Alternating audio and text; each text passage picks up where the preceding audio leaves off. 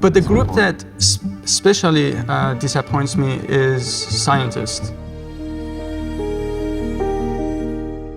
So I did my doctorate in a place where it was just basically around other PhDs, postdocs, and MDs, and hanging out with such smart and really intelligent people all the time. And a lot of times they would actually acknowledge. They would say, "Yeah, I know that this is the right thing. I guess they made so much money more than me. They could literally hire a vegan chef every day.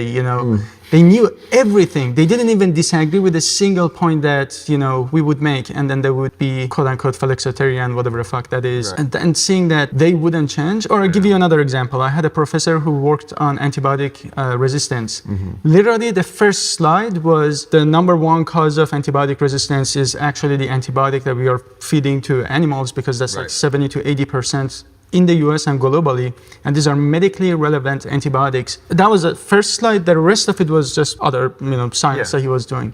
And there was no mentioning of maybe we should address the root cause. We need more antibiotics, right? No, I don't say we don't. But as someone who's worked on antibodies or novel drugs for influenza, it's just like every time influenza virus mutates, we just need a new drug. Mm-hmm. And it's just like we have to go back and forth, where literally it always starts from chicken farms, either for egg or meat, right? So as long as we are doing this, we are gonna have influenza pandemics. Right. And it's just the fact that these people never talk about the root cause. And that was the same thing with cancer research. I realized that you can do a master's degree in cancer research and no one ever comes to you and says 40% of cancers are preventable.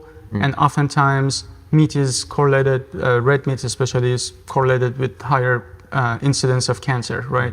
And I remember I was telling myself, if I cure 1% of cancers, I get Nobel Prize. There is 40% of cancers that are preventable, and no one is talking about it.